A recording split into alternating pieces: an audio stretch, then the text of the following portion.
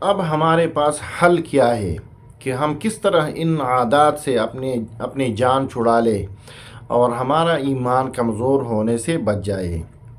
یاد رکھیے، ایمان کی مثال ایک پودے کی طرح ہے۔ اگر آپ پودے کو مناسب وقت پر پانی دیتے ہیں، مناسب وقت پر اس سے جو دوسرے فضول پودے ہیں اس کو ہٹا دیتے ہیں، اس کا دیکھ بھال کر دیتے ہیں، تو یہ پودا آہستہ آہستہ بڑھ جائے گا۔ اگر یہ پھلدار پودا ہے تو یہ آپ کو بہترین پھل دے گا، اگر یہ غلے والا پودا ہے تو آپ کو بہترین غلہ دے گا۔ اسی طرح ایمان ہے، اگر ایمان کو آپ قرآن اور سنت کا پانی دیں گے، قرآن اور سنت سے اس کی حفاظت کریں گے، تو یاد رکھیے یہ ایمان اتنا بڑھ جائے گا کہ پھر شیطان جیسا خناس آپ پر حملہ آور نہیں ہوگا، اور اگر بالفرض شیطان حملہ آور بھی ہو گیا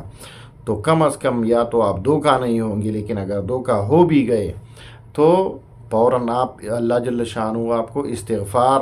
کا موقع دے گا، اور آپ فوراً اللہ جل شانہ سے معافی مانگیں گے، آپ اللہ جل شانہ سے استغفار کریں گے، آپ رو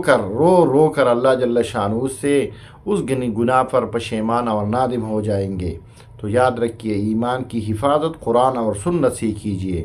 اسی وجہ سے رسول اللہ صلی اللہ علیہ وسلم فرماتے تھے، جددو ایمانکم، اپنی ایمانوں کو تازہ کیا کرو۔ تو یہی تازگی ہے کہ روز آپ قرآن اور سنت سے اس کو تازہ کرو، قرآن اور سنت کی پابندی کرو، آپ نیک لوگوں، علماء، محدثین، مفسرین کے مجلسوں میں بیٹھا کرو، انشاءاللہ آپ کا ایمان کمزور ہونے سے بچ جائے گا، اور اللہ جل شانہ آپ کو مزید نیک اعمال کی توفیق عطا فرمائے گا۔